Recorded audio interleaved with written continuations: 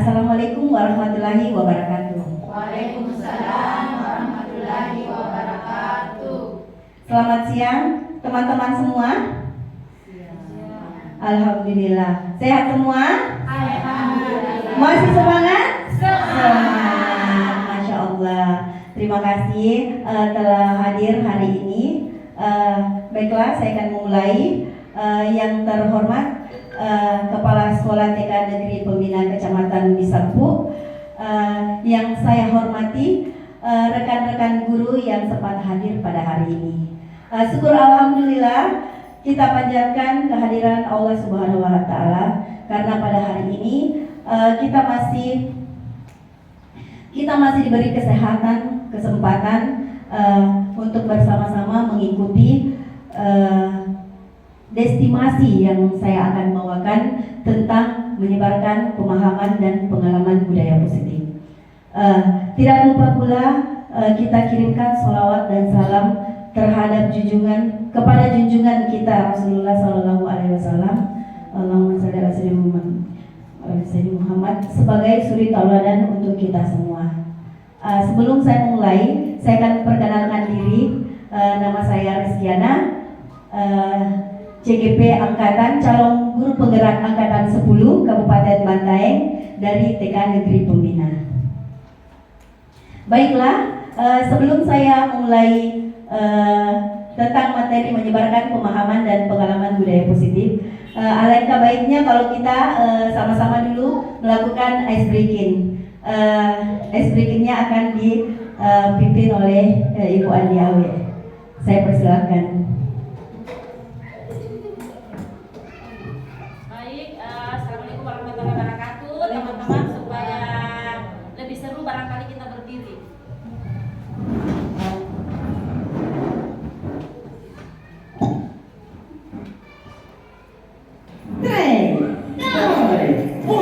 Sabina.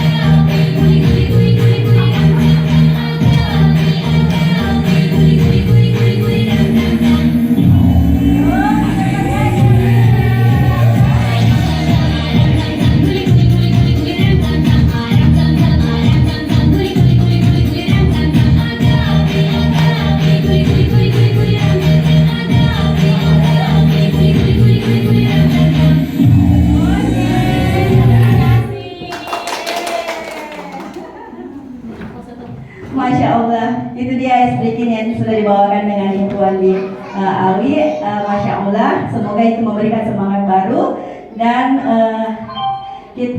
tidak mengantuk ya semua. Baiklah, saya akan membawakan tentang materi menyebarkan pemahaman dan pengalaman budaya positif. Pemahaman terkait konsep inti dari budaya positif. Ada ibu guru yang sudah pernah dengar, mungkin sudah tidak asing lagi tentang budaya positif. Sebelum saya memulai, mungkin ada ibu guru yang salah satu ibu guru di sini yang bisa memberikan atau menjelaskan tentang budaya positif. Saya Bu. Oh iya, silakan Ibu Irma. Menurut saya, budaya positif adalah merupakan perwujudan dari nilai-nilai atau keyakinan universal yang bisa diterapkan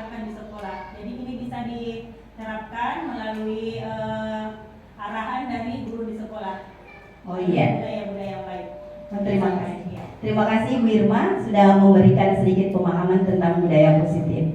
Jadi budaya positif itu hal-hal positif yang akan yang diterapkan di sekolah. Di sini ada disiplin positif dan nilai-nilai kebajikan universal.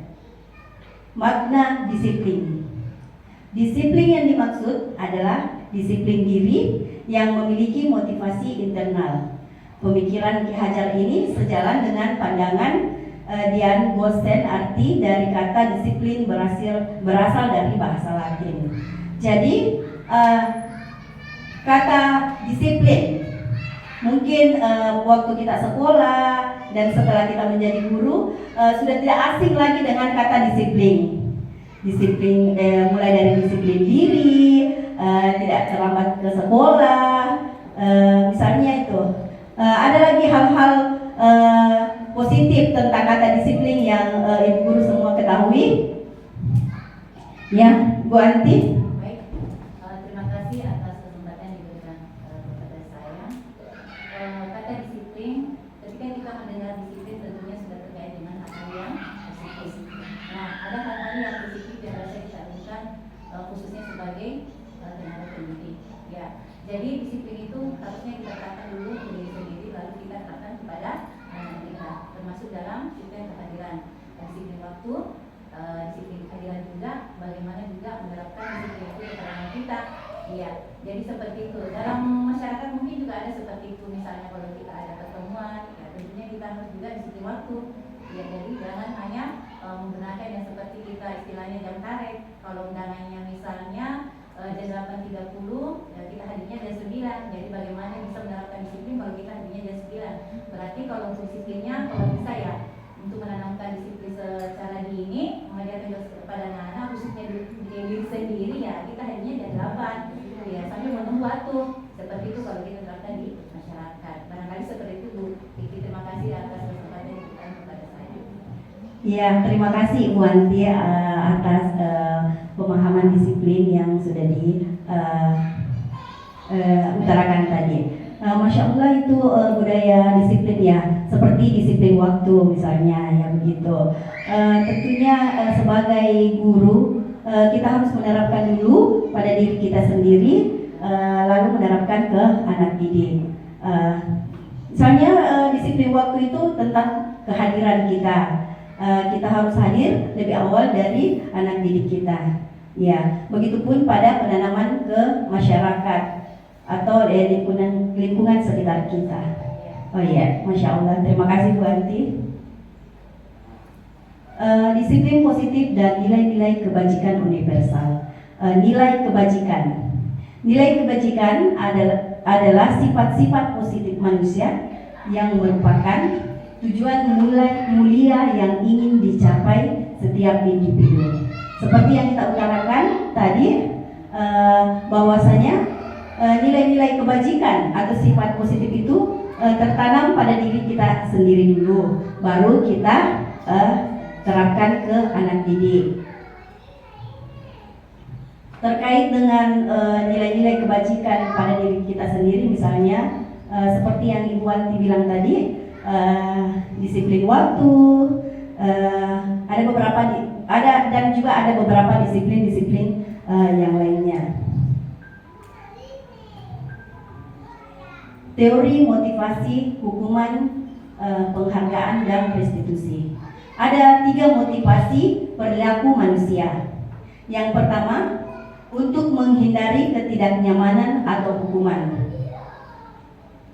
Ada yang pernah dengar atau ada yang sudah pernah melakukan motivasi terkait motivasi, hukuman, penghargaan, dan restitusi. Ada yang bisa menjelaskan salah satu 4 kata yang ada di atas?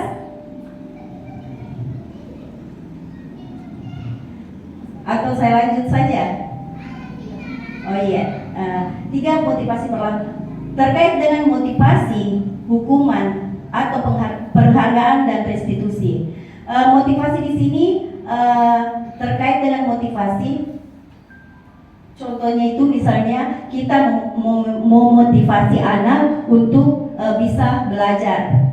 Itu mungkin sedikit pengertian dari motivasi. Kalau terkait hukuman itu mungkin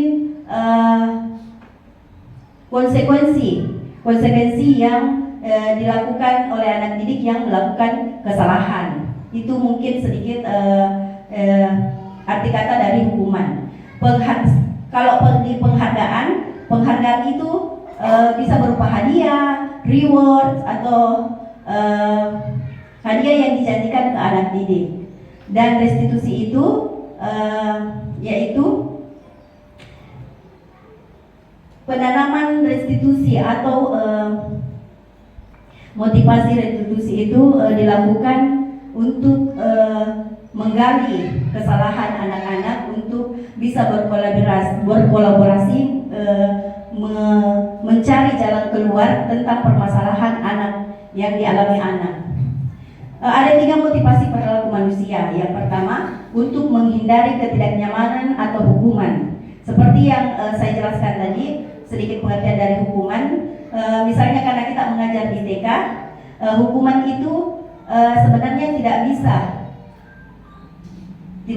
Mengapa? Karena hukuman itu bisa membuat anak-anak menanamkan pada dirinya bahwasanya ketika dia dihukum dia akan dendam atau menyimpang perilaku ketidaknyamanan terhadap anak didik. Misalnya pada saat anak-anak berkelahi di kelas atau menyakiti temannya, lantas terkadang kita guru hilaf atau bagaimana kata-katanya langsung dikatakan, kau mentontong itu nakal, kenapa lu gangguin teman? Padahal kita tidak menggali seperti apa anak-anak. Kenapa anak-anak seperti itu? Kenapa anak-anak suka mengganggu temannya atau memukul temannya? Itu hukuman. Jadi kalau ada anak melakukan kesalahan langsung diberi hukuman. Nanti kalau dipukul lagi teman tak, saya cubit ke. Nah itu salah satu contoh hukuman. Yang kedua, untuk mendapatkan imbalan atau penghargaan dari orang lain. Di sini terkait dengan penghargaan, untuk mendapatkan imbalan dan penghargaan dari orang lain. Misalnya kalau kita di dunia TK itu selalu dituntut untuk memberikan rewards ke anak-anak. Boleh memberikan rewards ke anak-anak, tapi tidak dengan cara memberi hadiah atau menjanjikan sesuatu. Bisa kita memberi rewards anak-anak dengan cara memuji saja. Oh Masya Allah pekerjaannya bagus, atau Masya Allah pintarnya bisa bantu ibu guru. Tapi tidak dengan memberi hadiah. Kalau kita memberi hadiah, anak-anak seperti saja dengan memberi hukuman. Karena anak-anak tidak termotivasi belajar, tidak menanamkan motivasi belajar untuk dirinya sendiri, tapi dia belajar karena mengharapkan hadiah atau mengharapkan imbalan. Makanya ibu-ibu guru kita ubah sedikit demi sedikit itu pemberian imbalan kepada anak-anak. Misalnya itu kalau dalam kelas, kalau ada yang selesaikan pekerjaannya atau kalau ada cepat selesai, ibu guru kasih coklat. Tidak boleh seperti itu lagi ya Bu Guru. Boleh memberikan rewards atau boleh memberikan penghargaan, ya, jempoli anak-anak atau itu untuk memotivasi dirinya untuk terus belajar. Bisa juga memberikan dengan berupa tepuk tangan. Ya, tepuk tangan. Hal-hal yang tidak menjanjikan. Yang ketiga itu untuk berupa materi. Tidak boleh memberikan berupa materi, menjanjikan materi. Boleh memberikan reward hanya sebatas Masya Allah, bagus, sebatas pujian. Supaya tidak terbiasa nanti kalau bisa digravitasi toh. Iya. Terus ini Mama Mari, Iya. ini sedikit ada pertanyaan. Ini kan sudah lewat tadi, tapi ini saya baru karena ini kan menghindari ketidaknyamanan atau hukuman terhadap anak yang berbuat salah. Terus hukuman apa yang harusnya kita terapkan supaya menimbulkan efek jerah dan tidak mengulang kembali? Kata-kata motivasi apa yang harus kita lakukan untuk terapkan kepada anak kita, khususnya itu di usia TK? Karena anak-anak IPK itu kan belum paham yang namanya bahwasanya ada seperti itu. Jadi ada mungkin satu kalimat sederhana yang bisa memberikan motivasi supaya perlakuannya tidak berguna lagi yang seperti kita jelaskan tadi. Barangkali mungkin ada teman-teman yang bisa menjelaskan, adakah motivasi yang selain daripada kata hukuman itu untuk bisa merubah perlakuannya tadi yang dianggap negatif. Bagaimana Ibu Kiki? Oh iya, terima kasih tanggapan dari Ibu Anti tentang terkait dengan hukuman. Apa yang bisa mengganti hukuman anak-anak? Iya, tentang hukuman itu. Hukuman menjadi positif. Hukuman, kalau itu hukuman J. Tapi ada hal-hal yang bisa membuat anak-anak tidak mengulang kebiasaan atau perilaku buruk yang mereka lakukan dengan cara ini restitusi, segitiga restitusi. Artinya anak-anak dipanggil dulu. Kalau mereka melakukan kesalahan boleh kita panggil. Nah, sini dulu nak. Tidak harus langsung menghardik atau mencubit anak-anak. Kita memanggil dulu, sini dulu nak. Boleh kita tanya, menstabilkan emosi. Anak-anak kita tanya, sini dulu nak. Kenapa dipukul ke teman tak? Kadang anak-anak itu ada hal yang disimpan. Ada hal yang disimpan yang sehingga dia selalu mengganggu temannya. Misalnya anak-anak cari perhatian, kita gali dulu. Anak-anak ditanyai dulu, kenapa kina seperti ini? Kenapa diganggu teman tak? Pasti anak-anak kalau kita lembut menyampaikan, anak-anak akan menjawab atau terbuka kepada kita apa penyebab sehingga dia mengganggu temannya. Misalnya dia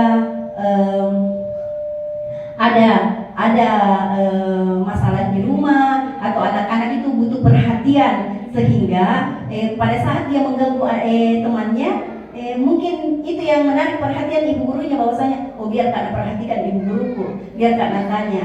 Makanya kita tidak boleh langsung menghardik karena mungkin ada sesuatu di lingkungan keluarganya yang dia bawa ke sekolah sehingga dia sering mengganggu temannya. Jadi kita menggali dulu apa permasalahannya, kenapa dia mengganggu. Lalu setelah itu kita pelan-pelan memberikan arahan apakah perbuatannya itu salah, baik atau buruk. Setelah anak-anak menyadari, baru kita suruh minta maaf sama temannya dan memberikan pemahaman bahwasanya perbuatan yang dilakukan itu tidak boleh diulangi lagi. Seperti itu restitusi yang untuk menyelesaikan masalah. Jadi tidak harus dengan menghardik lagi atau menghukum anak-anak. Kau sudah dipukul temanmu, berdiri kok di depan. Jadi tidak harus seperti itu lagi ya Bu Guru. Iya, boleh saya lanjutkan. Jadi tiga motivasi. Yang ketiga motivasi untuk menjadi orang yang mereka inginkan dan menghargai diri sendiri dengan nilai-nilai yang mereka percaya. Seperti itu yang tadi saya jelaskan bahwa mereka mencari jati dirinya, mereka ingin diperhatikan, ingin dihargai, sehingga banyak anak-anak di kelas suka mengganggu temannya karena mencari perhatian. Mereka mencari jati diri apakah ini perhatikan ya ibu guru, ataukah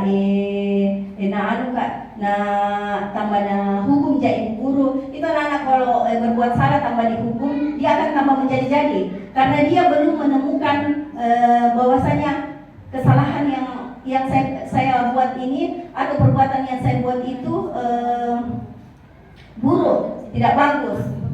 Jadi itu gunanya itu restitusi.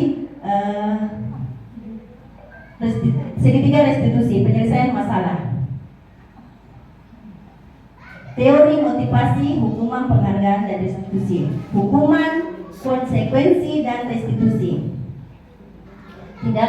Tindakan terhadap suatu pelanggaran pada umumnya berbentuk hukuman atau konsekuensi. Tapi ternyata ada alternatif lain, yaitu restitusi. Seperti yang saya jelaskan tadi, Bu, bahwasanya hukuman itu tidak harus selalu menghardik anak-anak atau menghukum anak-anak dengan memberikan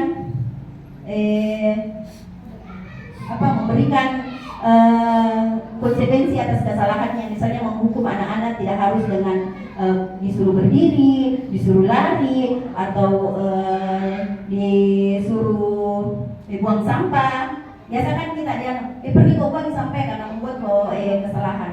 Jadi kita memakai restitusi alternatif lainnya itu seperti pertanyaan dari Wati, ada alternatif lain yang membuat hukuman itu tidak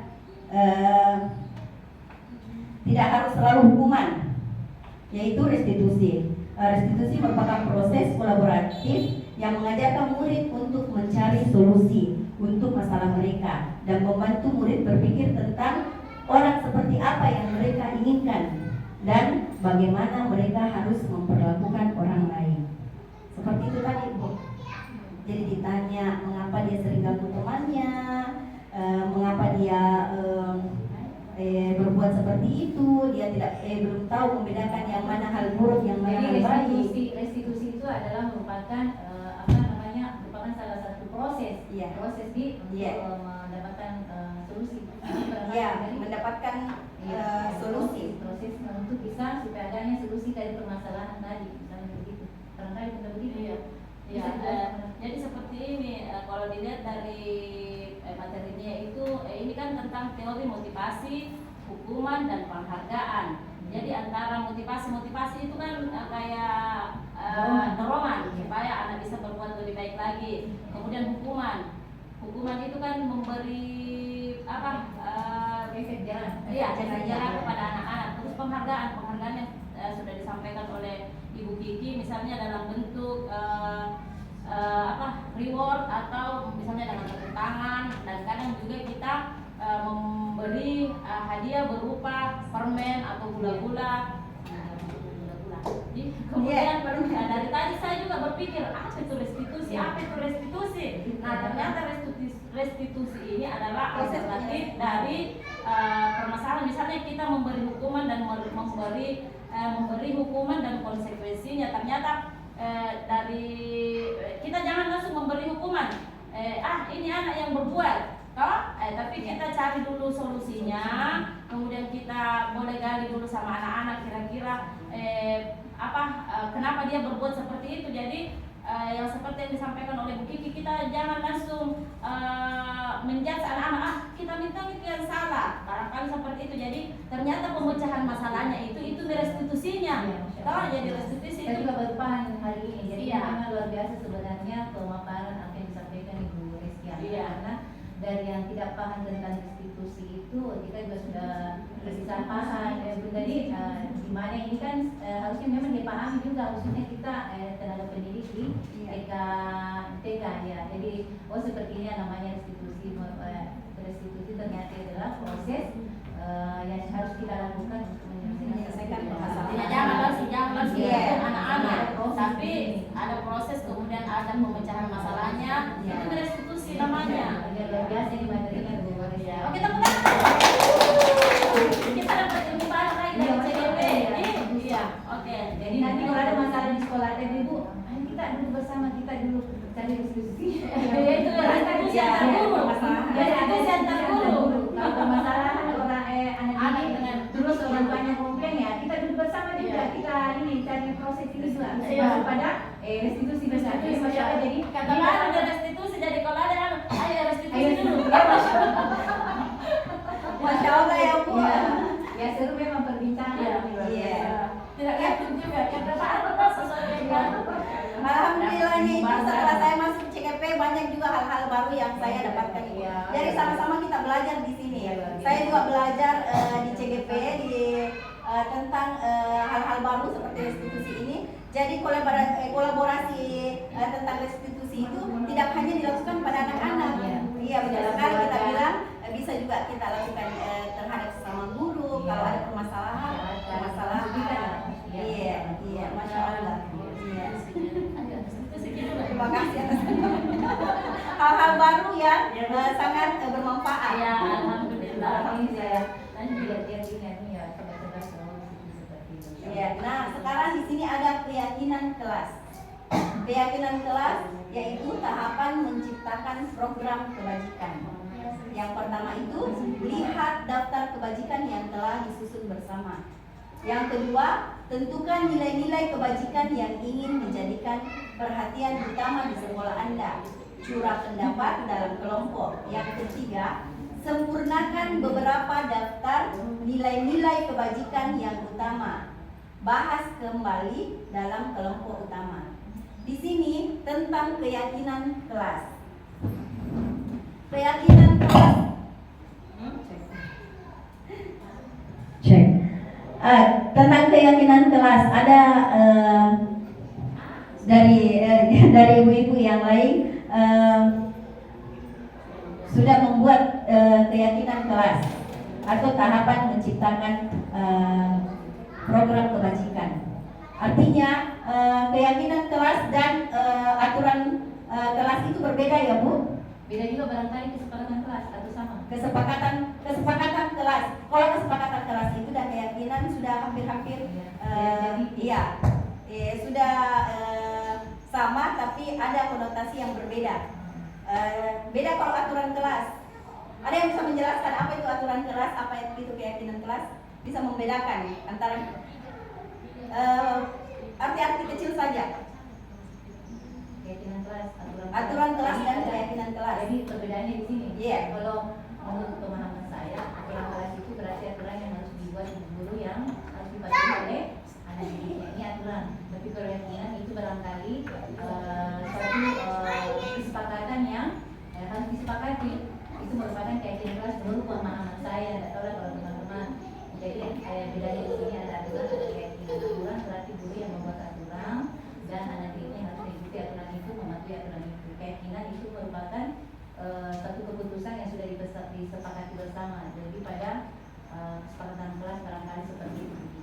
Oh iya, terima kasih tentang penjelasan Ibu Ansi tadi. Betul sekali, tentang aturan kelas itu yang dibuat guru untuk ditaati oleh anak-anaknya. Kalau keyakinan kelas itu dibuat bersama. Artinya aturan kelas itu dibuat satu arah. Bagaimana saya bilang dibuat satu arah? Hanya guru yang menentukan. Guru yang menentukan aturan seperti apa yang dibuat di kelas.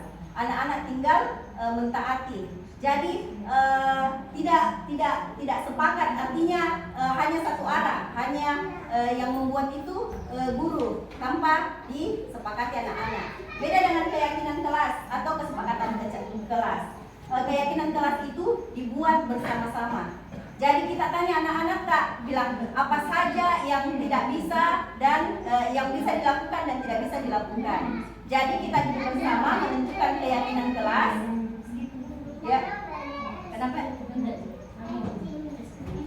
Ya, selanjutnya Bu. Jadi terkait dengan aturan dan keyakinan kelas. Kalau seperti yang Ibu Anti tadi bilang, kalau aturan kelas itu guru yang membuat, anak-anak tinggal mentaati, mengikuti aturan tersebut. Sedangkan keyakinan kelas itu dibuat bersama-sama dengan anak didik. Misalnya guru membuat beberapa aturan, anak-anak kita tinggal menempel, lalu anak-anak mengikuti. Kalau keyakinan kelas itu Bu dibuat bersama-sama. Misalnya kita kolaboratif bersama anak-anak sebelum kita memulai pembelajaran, kita berdiskusi atau kolaboratif kepada anak-anak. Selanjutnya dulu. Ini keyakinan kelas. Pembentukan keyakinan kelas. Ada beberapa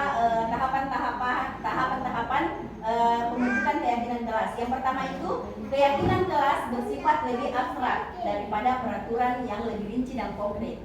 Yang kedua, keyakinan kelas berupa pertanyaan-pertanyaan universal. Yang ketiga, pernyataan keyakinan kelas senantiasa dibuat dalam bentuk positif. Yang keempat, keyakinan kelas hendaknya tidak terlalu banyak sehingga mudah diingat dan dipahami oleh semua warga kelas. Yang kelima, keyakinan kelas sebaiknya sesuatu yang dapat diterapkan di lingkungan tersebut. Yang keenam, semua warga kelas hendaknya ikut berkontribusi dalam pembuatan keyakinan kelas. Pembuatan keyakinan kelas lewat kegiatan curah pendapat.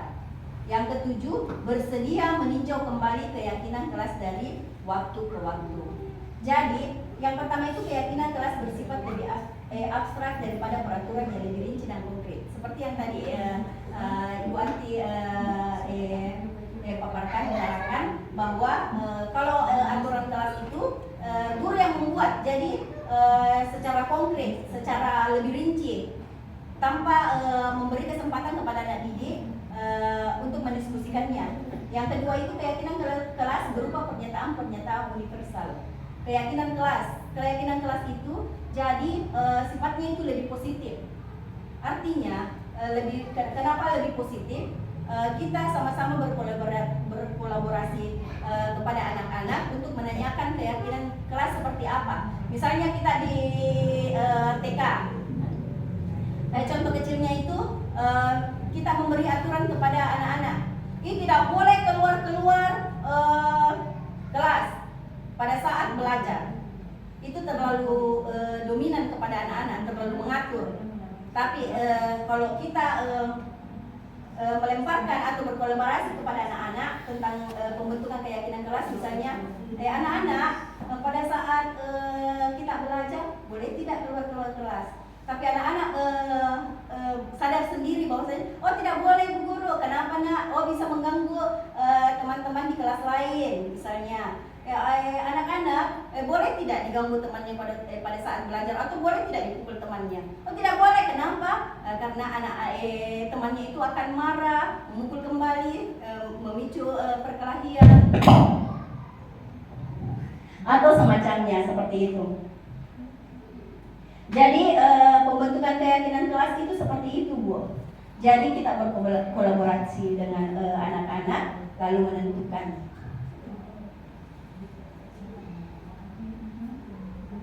Ini prosedur pembentukan keyakinan kelas. Ada 4 prosedurnya, yaitu mempersilakan warga sekolah atau murid-murid di sekolah di kelas untuk bercurah pendapat tentang peraturan yang perlu disepakati di sekolah. Yang kedua, mencatat semua masukan-masukan pada murid atau warga sekolah di papan atau di kelas besar atau kertas berukuran poster, di mana semua anggota warga sekolah bisa melihat hasil curah pendapat. Susunlah keyakinan kelas sesuai prosedur atau pembentukan. Gantilah kalimat-kalimat dalam bentuk negatif menjadi positif. Tinjau kembali daftar curah pendapat yang sudah dicatat. Jadi yang sudah ditentukan bersama anak-anak bisa kita tinjau kembali, dijadikan dari negatif menjadi kalimat positif. Iya.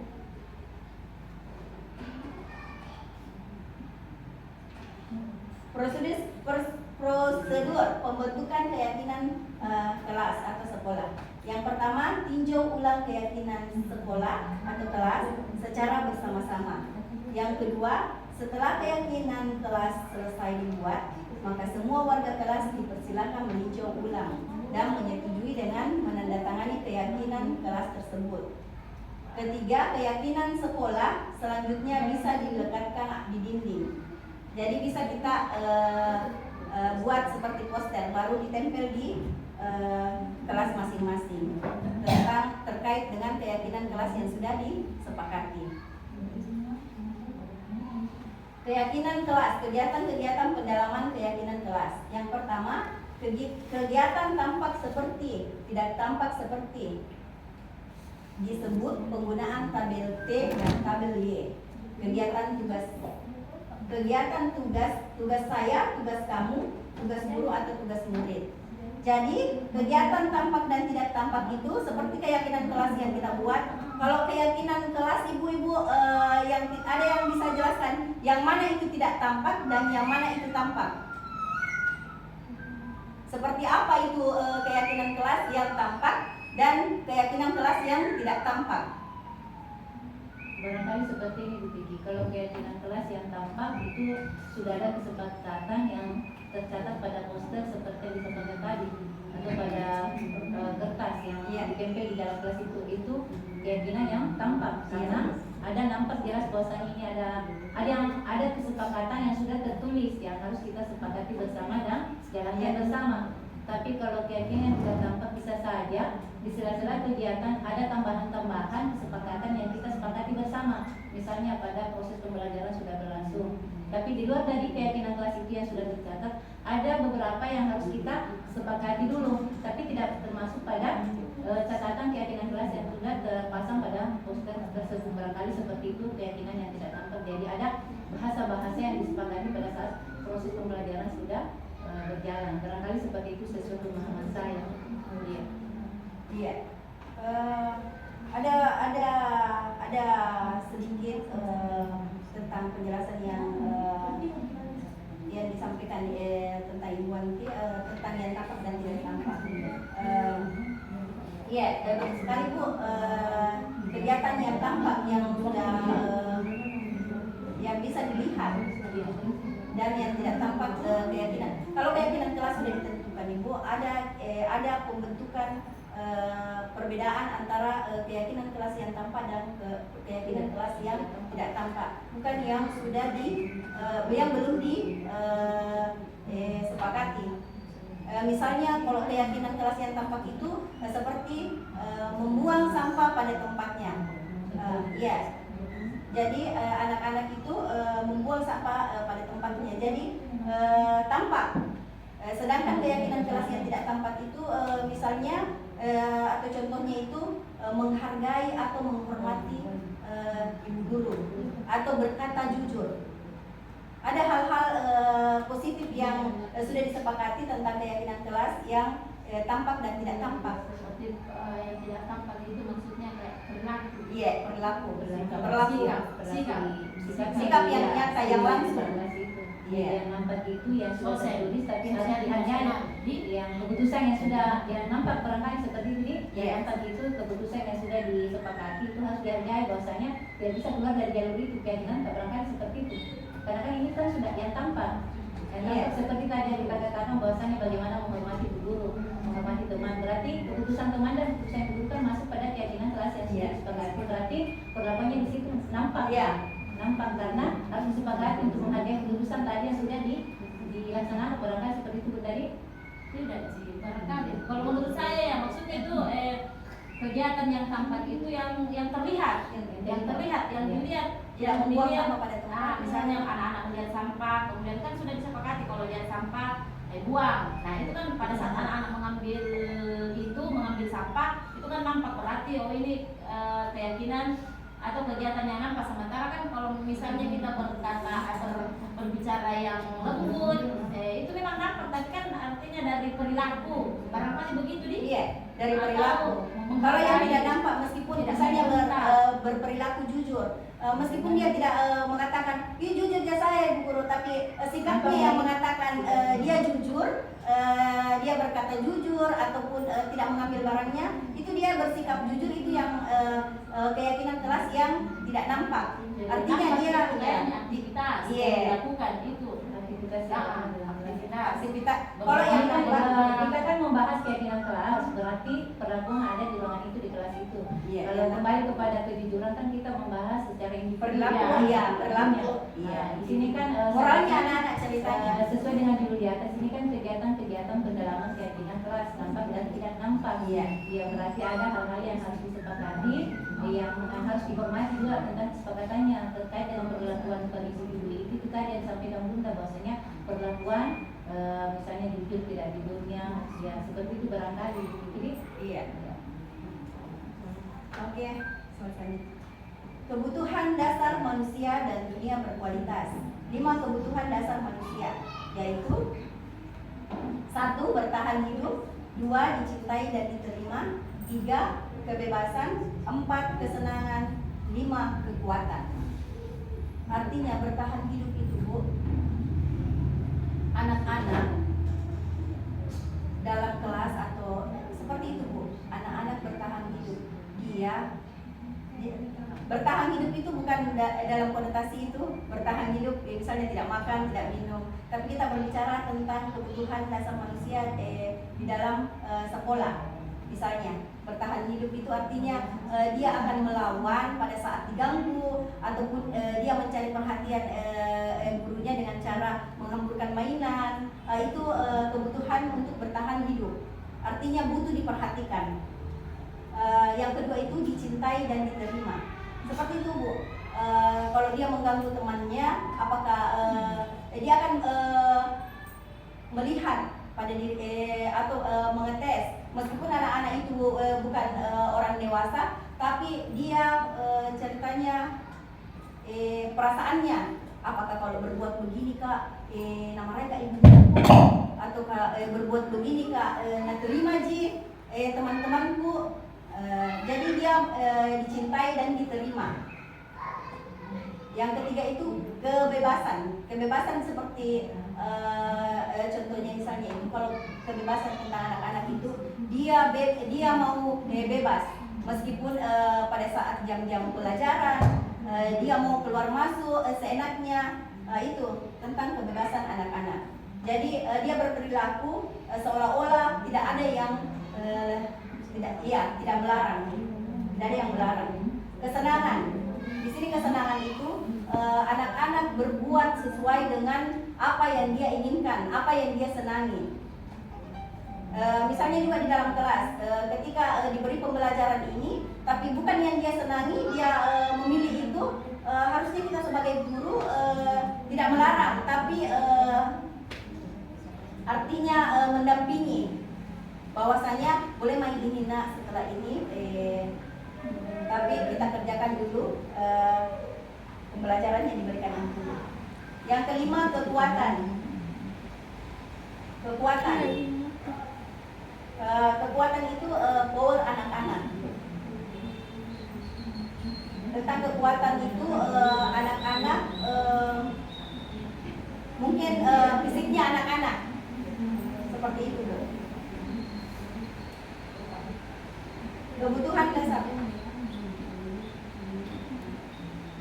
dasar manusia dan dunia berkualitas. Dunia berkualitas Anda adalah tempat khusus dalam pikiran Anda, tempat Anda menyimpan gambaran representasi dari semua yang Anda inginkan. Bisa berisi orang-orang, hal-hal apa saja yang terbaik dalam hidup Anda, dan membuat Anda merasa bahagia dan terpenuhi kebutuhan dasar Anda. 5 posisi kontrol, yaitu penghukum. Artinya seorang penghukum bisa menggunakan hukuman fisik maupun verbal. Kedua, pembuat merasa bersalah. Pada posisi ini biasanya guru akan bersuara lebih lembut.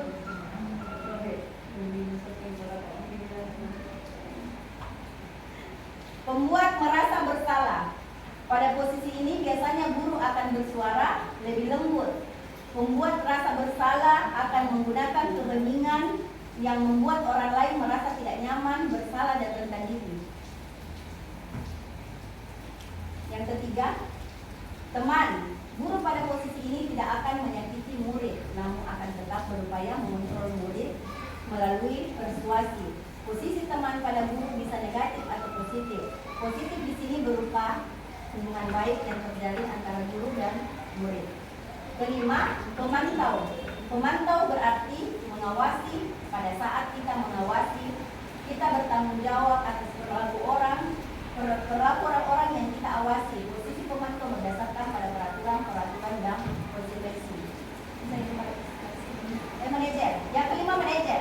Manajer adalah posisi di mana guru berbuat sesuatu bersama dengan murid, mempersilakan murid mempertanggungjawabkan perilakunya, mendukung murid agar dapat menemukan solusi atas permasalahannya sendiri.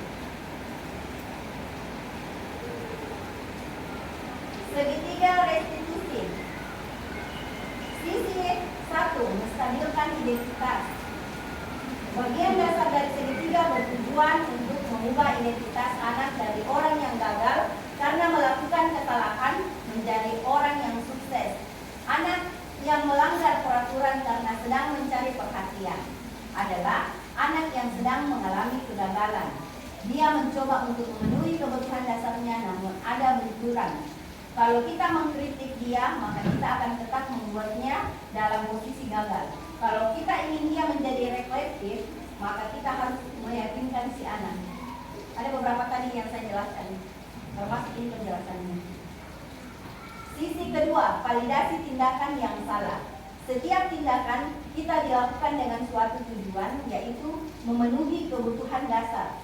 Kalau kita memahami kebutuhan dasar apa yang mendasari sebuah tindakan, kita akan bisa menemukan cara-cara paling efektif untuk memenuhi kebutuhan tersebut.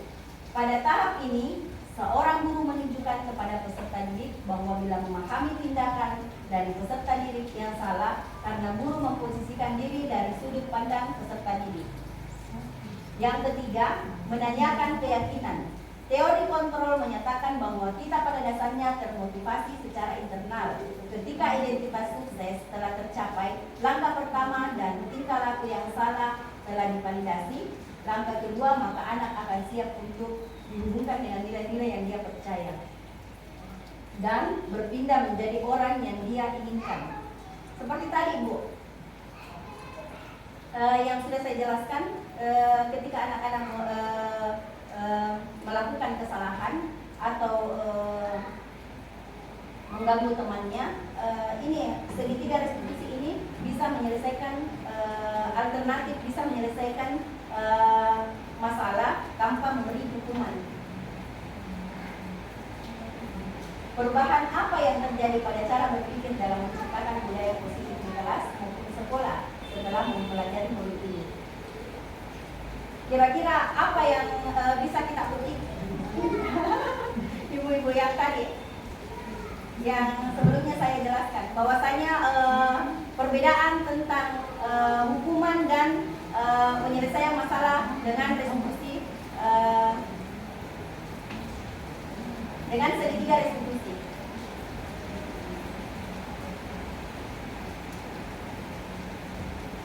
Ada perbedaan pastinya, Ibu Tulu. Kalau kita menyelesaikan masalah anak-anak dengan cara menghukum dan dengan cara segitiga restitusi. Iya. Yang pertama, anak-anak mungkin mentalnya tidak kena. Artinya anak-anak tidak selalu dimarahi dengan hukuman. Secara mental, kalau kita melakukan dengan jalan itu mengalami berbagai permasalahan, khususnya di TK itu, mungkin kita tadi saya jelaskan ya. Jadi yang pertama di sini itu banyaknya pada mental anak. Dan tadinya kalau kita menghukum dengan sebuah kata-kata penghardik, kenapa bisa? Kenapa masih di tengahnya Bapak melihat apa pemicu sehingga terjadi hal yang demikian, dan menjadi hukuman berupa kata-kata atau makian tentu akan berpengaruh pada mental anak. Namun kalau dengan jalan restitusi seperti yang disampaikan dengan sedikit restitusi berbeda. Ya, dari apa yang kita sudah jelaskan juga tadi, ini sangat jelas perbedaannya. Di mana anak merasa bahwasanya ada sudah tidak ada keberpihakan. Kalau dengan jalan restitusi tidak ada keberpihakan. Jadi mereka sama-sama dirangkul, baik yang korban maupun yang pelaku dan ada perlakuan yang sama antara korban dan pelaku dengan jalan restitusi. Seperti itu barangkali ini ya, Masya Allah. Ya, Masya Allah. Mohon maaf ya, Bu.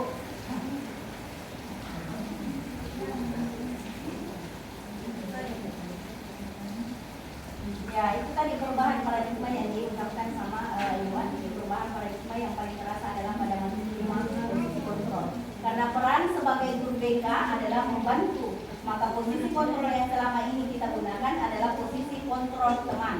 Kalau kita menggunakan restitusi, segitiga restitusi, walaupun posisi itu tetap mampu membangun identitas diri anak yang berhasil atau sukses, tapi saya merasakan selama ini peserta didik saya tergantung dengan saya, alih-alih membuat saya mandiri atau otonom.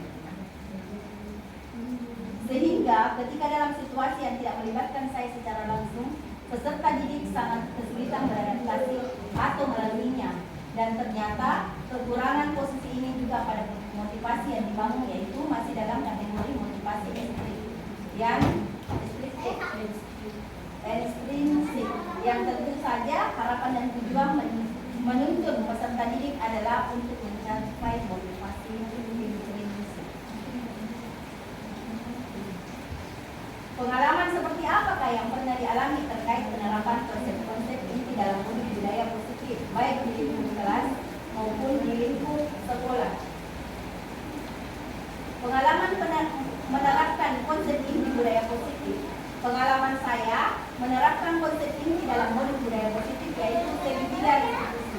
Konsep ini diterapkan untuk membantu peserta didik yang membuat sebuah kesalahan atau melanggar. Segitiga restitusi ini sangat membantu saya sebagai guru untuk membantu peserta didik tersebut dalam kegiatan awal dan atau kegiatan eksplorasi masalah sebelum lanjut tahap berikutnya. Bagaimana perasaan yang dialami ketika mengalami hal-hal tersebut? Perasaan saya merasa senang dan bersemangat menerapkan salah satu konsep budaya positif, yaitu segitiga restitusi. Dalam kegiatan bimbingan dan konselingnya saya dan saya juga tidak sabar menerapkan konsep-konsep ini dalam skala kelas maupun sekolah. Menurut Anda, terkait pengalaman dalam penerapan konsep-konsep tersebut, hal apa saja yang tidak baik dan apakah yang perlu diperbaiki? Pengalaman penerapan. Dalam menerapkan konsep segitiga restitusi yang tidak baik adalah saya menerapkan pertanyaan sebagai prosedur dalam penerapan segitiga restitusi. Tapi kekurangannya adalah dalam penerapan segitiga restitusi adalah ada tahap menanyakan keyakinan ini belum disepakati sebelumnya baik dalam bentuk skala kelas maupun skala sekolah. Dan untuk mensiasati kekurangan tersebut, saya memfokuskan pada nilai kebajikan universal yang diyakini secara umum untuk kebaikan dan kebermanfaatan untuk diri peserta didik. Sebelum mempelajari modul ini, ketika berinteraksi dengan murid, berdasarkan 5 posisi kontrol, posisi mana yang paling sering dipakai dan bagaimana perasaan yang dialami saat itu setelah mempelajari modul ini. Posisi apa yang dipakai dan bagaimana perasaan Anda sekarang? Apa perbedaannya? Posisi yang biasanya digunakan sebelum mempelajari modul 1-4. Posisi kontrol yang biasa saya gunakan adalah posisi teman. Dan perasaan saya ketika menggunakan posisi itu ada perasaan bahagia, tapi saya juga merasa ada yang kurang dan mengganjal dari posisi tersebut. Dan pada saat saya mempelajari konsep 5 posisi kontrol, saya akhirnya menyadari bahwa posisi kontrol yang saya lakukan selama ini adalah posisi teman. Saya juga sekaligus menyadari bahwa posisi tersebut memiliki kekurangan, seperti bila suatu saat saya tidak membantu peserta didik, mereka akan sangat kecewa dan akhirnya tidak mau lagi berusaha. Yang kedua, dorongan yang muncul dari posisi teman ini adalah masih pada kategori motivasi intrinsik. Posisi yang biasanya digunakan pada saat saya mempelajari modul ini, posisi yang berusaha saya tuju adalah posisi manajer. Dengan penerapan posisi tersebut, saya merasa bahagia juga sekaligus ada rasa enteng ringan karena peserta didik tidak merasa tergantung lagi dengan saya. Saya juga tidak selalu serta-merta harus berusaha mengawasi atau senantiasa membantu. Maksudnya tidak senantiasa membantu di sini adalah peserta didik lebih mandiri menghadapi masalah yang sedang dihadapi, sehingga harapannya terciptalah motivasi intrinsik dari dalam diri mereka. Posisi yang biasanya digunakan, perbedaan adalah bila sebelum peserta didik terlalu tergantung pada sosok saya dan merasa kesulitan bila saya tidak terlibat langsung dalam membantu masalahnya, tapi sekarang tidak. Dengan menerapkan posisi manajer, peserta didik lebih mandiri dan otonom. Mereka tahu mengambil keputusan, mampu mempertimbangkan baik dan buruknya, serta mereka menentukan hendak menjadi pribadi apa saja mereka. Sebelum mempelajari modul ini, pernahkah menerapkan segitiga restitusi ketika menghadapi permasalahan murid? Jika iya, tahap mana yang dipraktikkan dan bagaimana Anda mempraktikannya?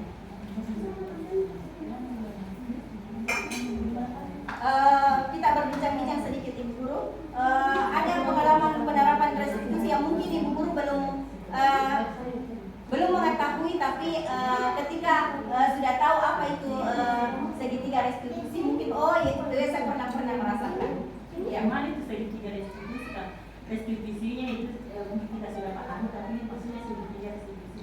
yang ada 3 atau 1, bagaimana sih? 1, 2, 3. Ada 3 tadi Bu. Astagfirullah, mengantuk Ibu, tadi sudah saya jelaskan ada 3 posisi restitusi.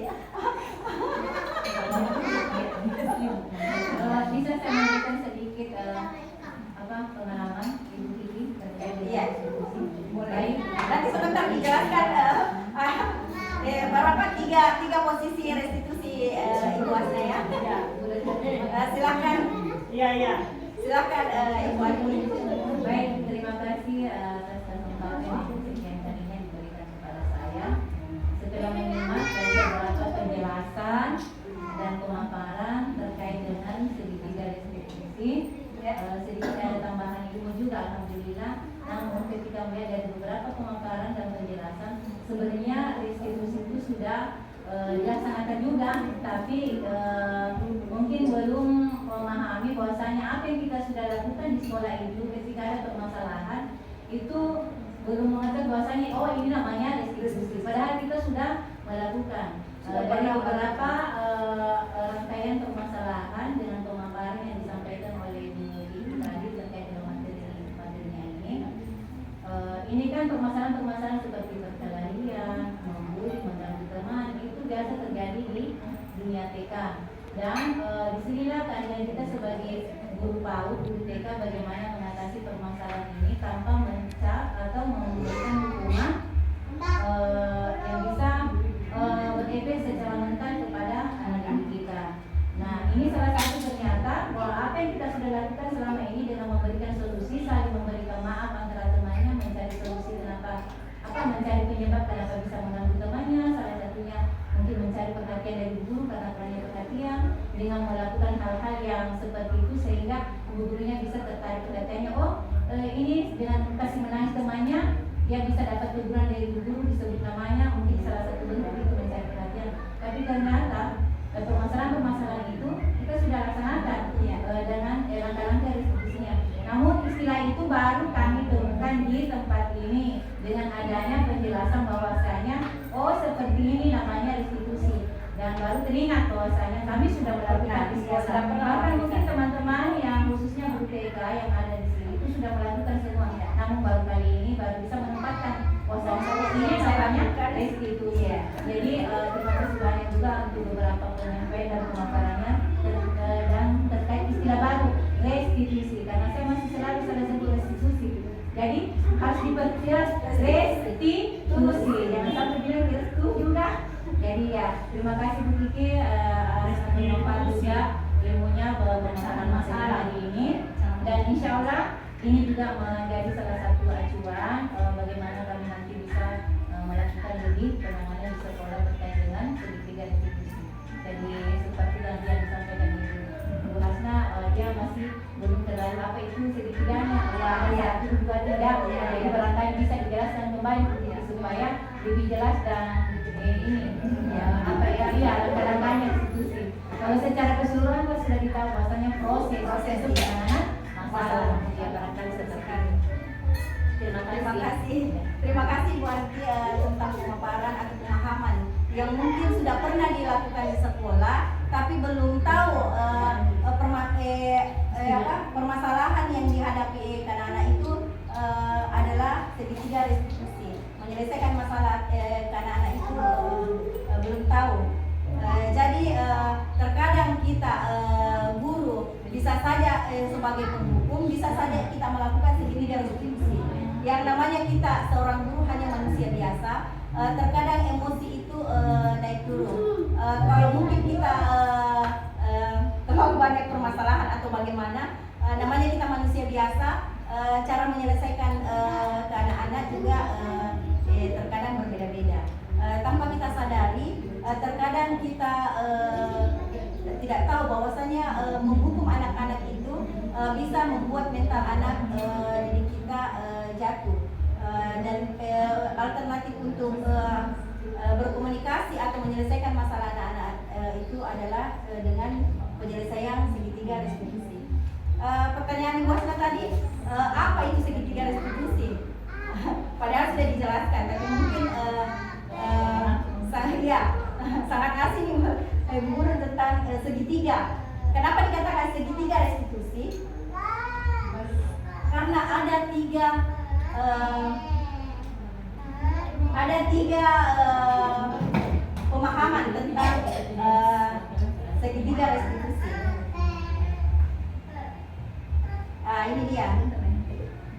Jadi ada tiga sisi dari segitiga restitusi. Yang pertama itu bagian pertama menstabilkan identitas.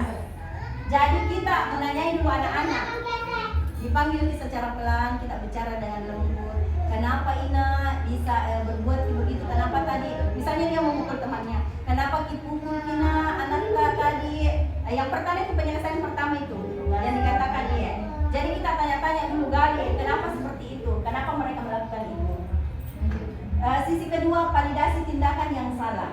Jadi anak-anak itu ketika dia sudah mengkomunikasikan ke kita bahwa kenapa dia melakukan itu, kita validasi tindakan yang salah. Misalnya kita tanya apakah yang dibuat itu perbuatan yang buruk atau perbuatan yang baik.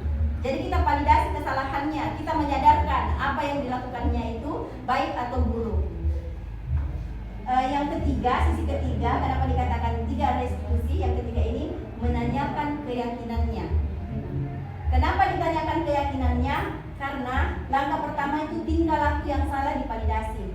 Artinya dia sudah menyadari, oh perbuatan saya, kenapa tadi perbuatan tak baik dan buruk. Oh kalau dia sudah menyadari bahwasanya perbuatannya itu buruk atau salah, maka dia langkah keduanya itu anak-anak disiapkan atau disuruh meminta maaf ke temannya. Dengan sendirinya tanpa kita misalnya kita tidak menggunakan segitiga. Pada saat nakal mentok kok minta maaf sama temannya, pasti anak-anak akan berat. Tanpa kalau tidak dikasih begini tangannya dikasih bilang minta maaf kok, dia tidak akan tapi pada saat divalidasi atau ditanyakan keyakinannya, dia sudah merasa bahwasanya perbuatannya buruk, maka anak-anak dengan sendirinya tanpa kita suruh dia akan meminta maaf. Maaf Kang Adi, dia salah atau dipukul gitu. Jadi cuma menyadari validasi. Iya. Permasalahan juga divalidasi. Jadi pada saat dia sudah menyadari, maka dia akan kita bisa memberi keyakinan atau pemahaman bahwasanya tidak bisa itu diulang perbuatan tak karena salah. Jadi tanpa kita menyuruh ataupun menjelaskan minta maaf, kok dia akan minta maaf sendirinya dan akan menyadari bahwasanya yang dibuat itu adalah kesalahan. Seperti itu. Buat sini.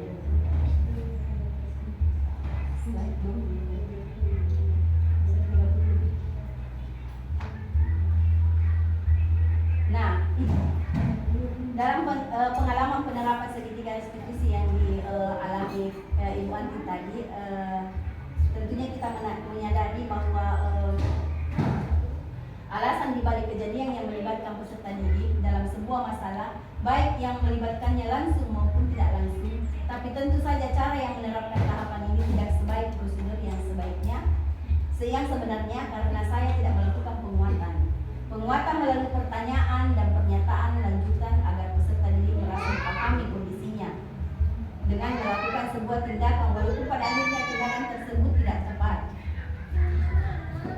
Selain konsep-konsep yang disampaikan dalam modul ini, adakah hal-hal lain yang menurut Anda penting untuk dipelajari dalam proses menciptakan budaya positif, baik di lingkungan kelas maupun di lingkungan sekolah?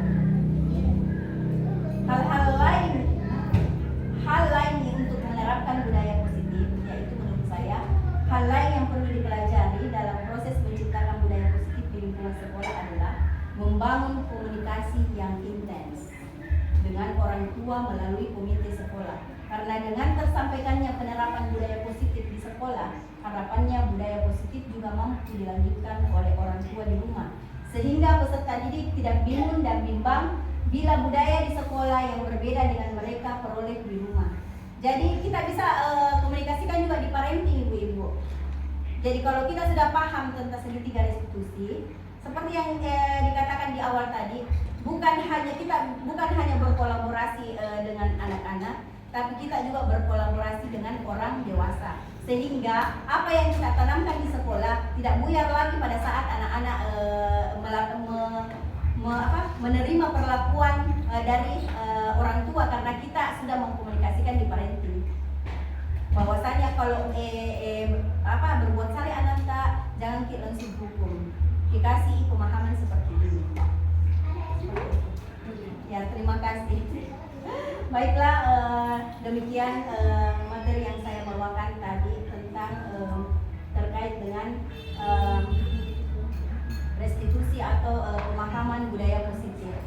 Semoga apa yang saya bawakan bermanfaat untuk rekan-rekan semua dan bisa jadi pembelajaran. Kita sama-sama belajar bagaimana memanusiakan anak-anak atau mendidik anak-anak, menuntut anak-anak supaya menjadi lebih baik lagi. Baiklah, terima kasih. Assalamualaikum warahmatullahi wabarakatuh. Waalaikumsalam warahmatullahi wabarakatuh.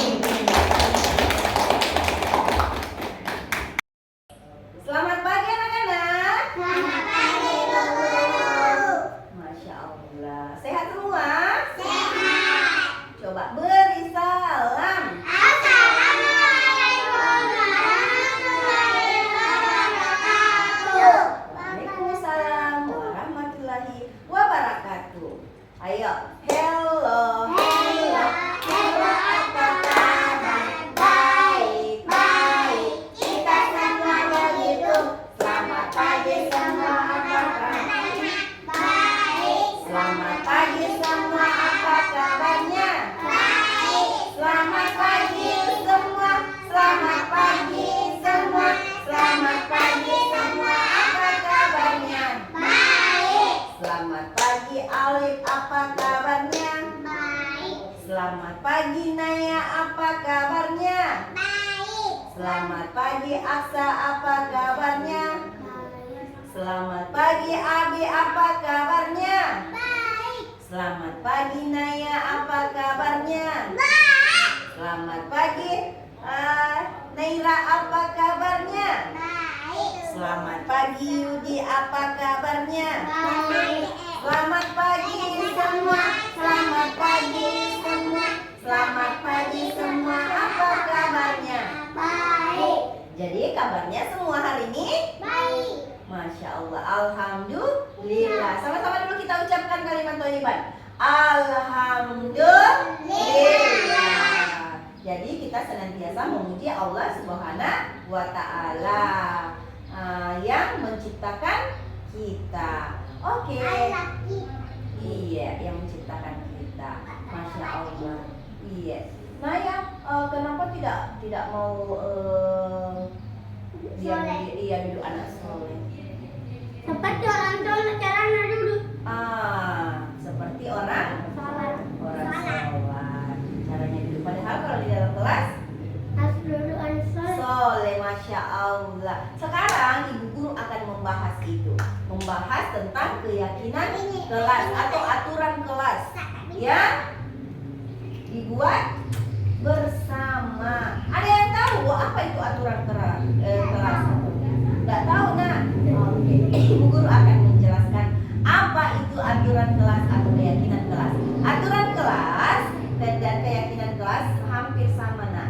Tapi aturan kelas ibu guru yang buat tanpa anak-anak. Tapi kalau keyakinan kelas kita akan buat bersama. Apa itu keyakinan kelas atau aturan kelas? Seperti apa itu? Aturan kelas dibuat bersama-sama. Bersama anak. Seperti apa itu? Ibu guru akan menjelaskan seperti apa itu contohnya. Nah, seperti Naya tidak duduk Anak soleh. tidak duduk rapi, tidak duduk anak soleh. Bagaimana kalau duduk anak soleh, Naya sayang? Seperti lagi. Duduk dilipat kakinya, jadi anak soleh, mendengar sama Ada burung. ibu guru. Oke, nanti sebentar kita akan buat aturan kelas. Naya, boleh jalan-jalan tidak? Boleh jalan-jalan, Naya? Maaf, kapan dia? Iya. Kalau ibu guru berbicara, anak-anak boleh berbicara juga di bawah? Tidak boleh. Kalau ada sampah, boleh dibuat di sembarang tempat? Nah. Tidak boleh. Boleh ganggu-ganggu temannya? Boleh colek-colek temannya? Nah ya, duduknya Soleh. anak soleh. Nah, sebentar. Iya, nah kita akan buat keyakinan kelas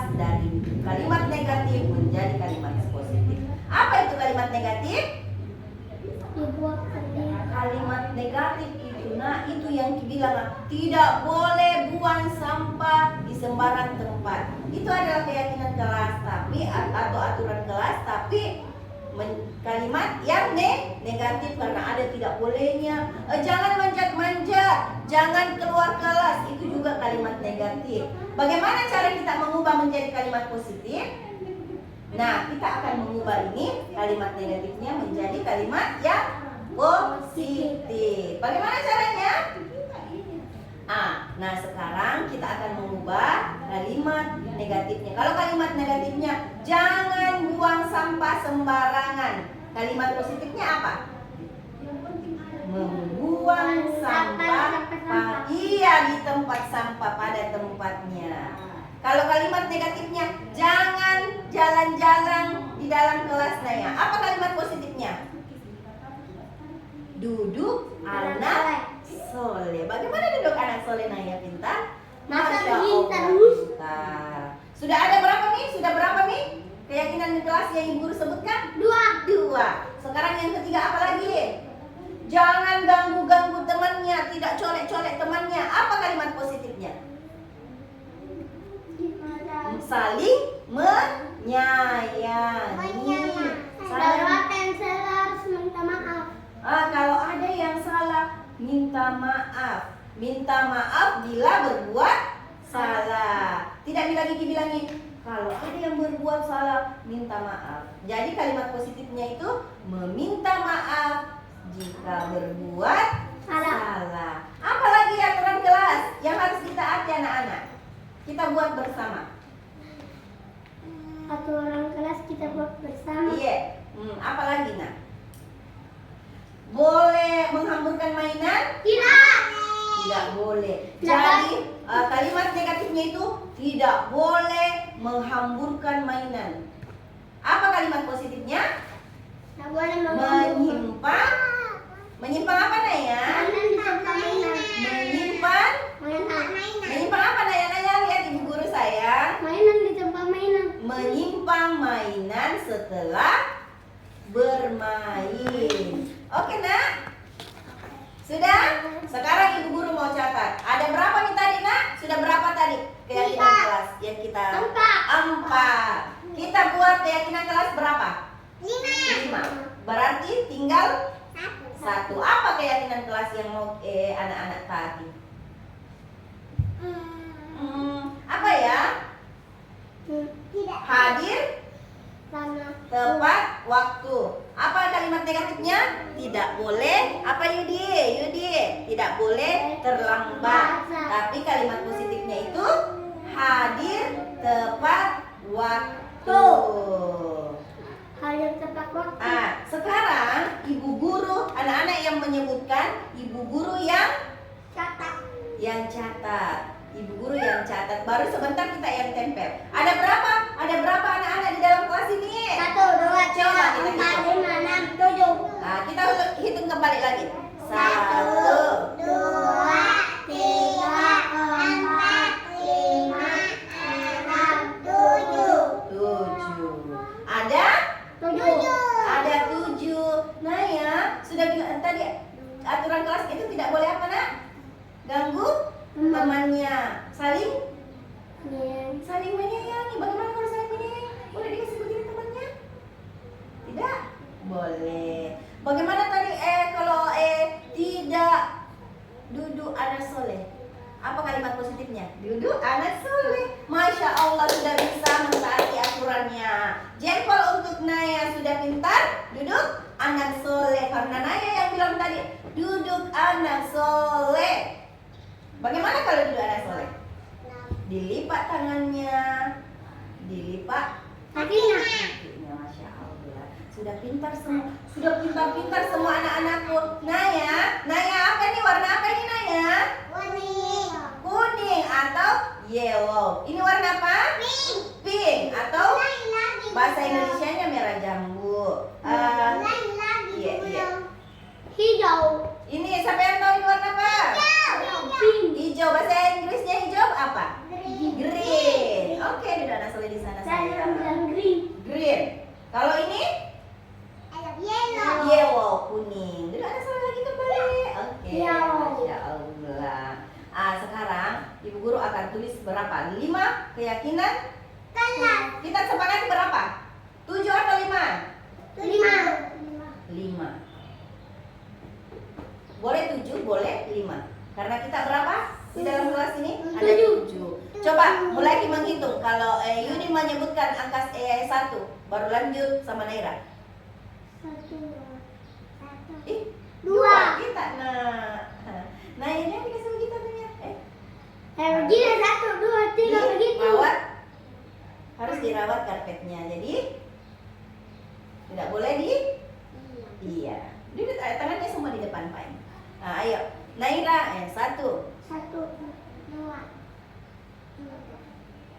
4, 5, 6, 7, Masya Allah 7. Jadi 7. Masing-masing menyebutkan satu keyakinan kelas. Ibu guru mulai dari Alif. Apa keyakinan kelasnya? Apa keyakinan kelasnya, Nak? Hadir tepat waktu. Ibu guru tulis ya, hadir. Duduk di tempatnya saja, Nak. Saya ibu guru yang tulis, kita menyebutkan. mau pindah Sana tempat? kena iya. Boleh pindah-pindah tempat? Tidak boleh. Kalimat positifnya apa? Tidak boleh. Kalimat positifnya apa? Nggak boleh pindah-pindah tempat. Duduk di tempat semula. Masya Allah. Nah itu lagi. Hadir tepat waktu. Alif. Hadir tepat keyakinan. Tepat waktu. Hadir tepat waktu. Yang kedua Naya apa? Boleh ganggu-ganggu temannya? Apa itu? Apa itu aturan kelasnya, keyakinan kelasnya yang mau ditulis kalau tidak boleh ganggu temannya? Tidak boleh. Saling Menjaga. menyayangi, menjaga temannya, saling menyayangi. Nah ini Alif, pegang dulu. Sebentar ditempel. Saling. Yang kedua saling menyayangi.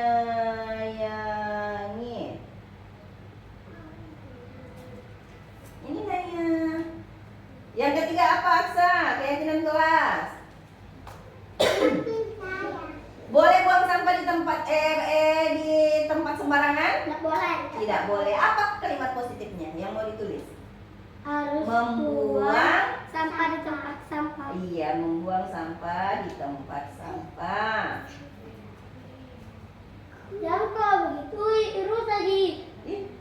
Kalau dilarang temannya apa itu? Jangan tidak boleh lagi bilang kalimat negatif, bilang jangko, jangan, tidak. Itu harus bilang rusak kinaya. Jadi jangan. Iya, tidak boleh. Iya, harus dijaga Naya. Kalimat positifnya bagaimana Nak? Caranya menegur temannya harus dijaga Naya. Membuang sampah di dalam tempat sampah. Apalagi ini? Sekarang Abi, apa Abi? Duduk anak soleh, pintar. Jadi kalau sudah di dalam kelas, kita duduk anak soleh. Duduknya duduk anak soleh. Nah ini Abi, pegang Abi. Iya. Kalau Naya, apa Naya? Keyakinan kelasnya. Boleh lari-lari di dalam kelas? Boleh lari-lari kalau saat tapi kalau belajar boleh? Nggak boleh. tidak? Nggak boleh. Jadi kalau belajar apa Nak? Mengganggu. Hah? Kalau di dalam kelas Nggak boleh jalan-jalan, nggak boleh lari-lari. Nggak boleh mengganggu teman. tapi sudah Mina buat bilang duduk anak soleh. Siapa yang tadi bilang duduk anak soleh? Oh, Abi. Kalau Naya apa kesepakatan kelasnya yang bisa disebut? Apa itu? Boleh berbohong Naya? Tidak boleh. Tidak boleh. Jadi kalimat positifnya apa? Tidak boleh berbohong. Bersikap jujur. Kalau tidak boleh itu katanya Jujur. jujur. Kata-katanya jujur berarti tidak berbohong. Tapi kalimat positifnya itu jujur. Oke? Berkata jujur. Berkata jujur. Jujur. Ini Naya dipegang, sebentar ditempel. Kalau Naya apa lagi kayak kan jelas yang mau disepakati? Boleh dihapus mainannya? Tidak boleh. Tidak boleh. Setelah main disimpan di Iya. Kalimat positifnya di apa? Setelah main, disimpan mainannya di tempat mainan. setelah main disimpan Tempat mainan. di tempat mainan atau di tempat semula. Semula sampah. Semula sampah semula. Iya. Bisa juga dengan mengatakan apa nak? Keyakinan kelasnya membereskan mainan setelah bermain. Jadi membereskan mainan setelah bermain. Jadi tidak ada lagi kalimat negatif ya, bilang tidak boleh hapur-hapur mainan. Jadi kalau kita mantap, Naya bereskan mainannya setelah main karena kita sudah menyepakati keyakinan kelas. Apa yang namanya ini yang sudah disepakati nak? Keyakinan kelas. Panjangnya turun. Iya, ini panjangnya. Nanti sebentar kita tempel nah. Apa lagi? Tinggal satu. Boleh Ina tidak dihormati gurunya? Tidak boleh. Tidak boleh. Boleh berkata kasar ke gurunya atau temannya? Tidak boleh. Jadi apa kalimat negatif? Kalau itu kalimat negatif, kalimat positifnya apa? Saling Menyayangi. menghargai. Berkata yang sopan. Terhadap siapa berkata sopannya? Guru. Terhadap ibu guru dan Teman-teman. teman-teman juga. Dan mama bendera merah putih. Jadi berkata sopan. Dengan siapa berkata sopannya? Guru. Dengan ibu guru dan Teman-teman. teman. Dan orang tua. Serta orang tua yang ada di rumah. Guru. Waktu di pantai itu dia kan but Indonesia. Iya, lihat di Indonesia. Kalau lihat di benda, kalau lihat di sampah di luar, bukan hanya di sekolah, dibuang di mana?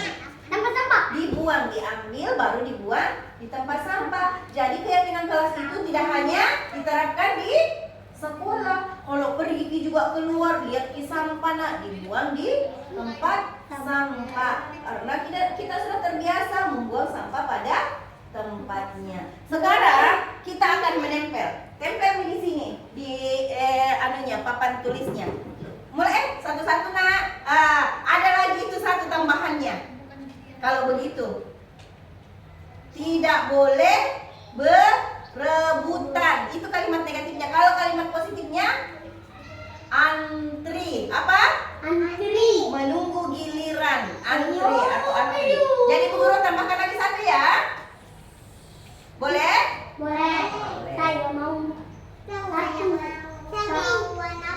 Saya mau warna hijau. Jadi apa yang Ibu Guru tulis? Ibu guru saya mau warna pink. Menunggu giliran. Warna pink. Berantri. Iya, menunggu.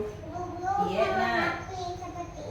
Iya, oke. Saya warna hijau. Silakan duduk di tempatnya Naya. Guru saya warna hijau. Bu Guru. Menunggu giliran atau antri. Hijau. Mana nak duduk sayang? Oke. Bu Guru pink. Hijau. Sekarang Ibu Guru punya hijau. Hijau saya Ibu hijau. Guru yang duluan menempel ya, disusun di sini. Mau hijau. Warna hijau. Sekarang giliran Alif. Alif tempel di sampingnya. Di samping sana nak, iya samping kanan. Warna yellow. Iya. Itu warna yellow. Ya, duduk. Sekarang gilirannya Inaya. Meninggal lagi. Saya Gilirannya siapa lagi? Aska.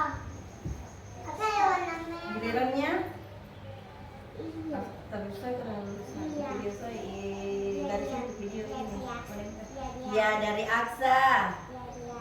Iya. Oke, duduk kembali dulu, antri ya. Masya Allah, sudah bisa diterapkan. Abi, Warna merah saya. iya, Masya Allah. Sekarang gilirannya Naya. Iya, gilirannya Naira. Jauh sekali botanya. Naira boleh tempel di bawahnya. Jauh sekali botanya. Boleh tidak diejek temannya? Bertambah lagi satu. Boleh tidak diejek temannya? Kan sudah tadi disepakati. Berkata yang sopan ke temannya. Sekarang Yudi, gilirannya Yudi. Di bawah. Iya, boleh di situ. Warna Tepuk tangan untuk semua. Sekarang kita sudah menyepakati. Sekarang sama-sama ibu guru baca ya. Kembali. Yang pertama. Iya. Sekarang duduk anak soleh. Bagaimana kalau sudah siap duduk anak soleh, Naya? Sekarang ibu guru bacakan satu persatu ya. Yang pertama, keyakinan yang kita sudah buat, menunggu giliran atau antri. Yang kedua apa lagi? Hadir tepat waktu. Saling. Yang ketiga saling menyayangi. Yang keempat membuang sampah pada tempat sampah. Kelima duduk anak soleh. Yang keenam berkata sopan. Yang ketujuh. Yang ketujuh berkata jujur. Yang ke-8 Yang kedelapan apa nak? Membereskan mainan setelah bermain. Tepuk tangan untuk semua. Terima kasih. Iya. Oke, tapi Timothy kami urus nasi dia itu. Ya, terima kasih semua.